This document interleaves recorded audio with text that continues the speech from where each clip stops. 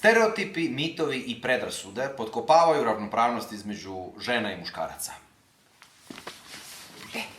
Jesi vidio kako je parkirala auto? Sigurno je žena. A, on ti je muškarac, on ti misli samo na seks. Stereotip je da su muškarci bolji vozači od žena. Ili da su bolji u matematici od žena. A da su žene bolje u jezicima.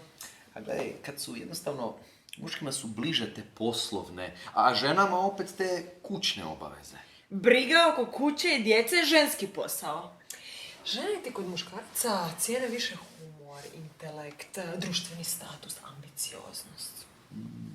A gledajte, ako žena već radi, neka radi, nemam ništa protiv, ali nek se drži prosvjete. Ili recimo tekstilne industrije, što tome fali?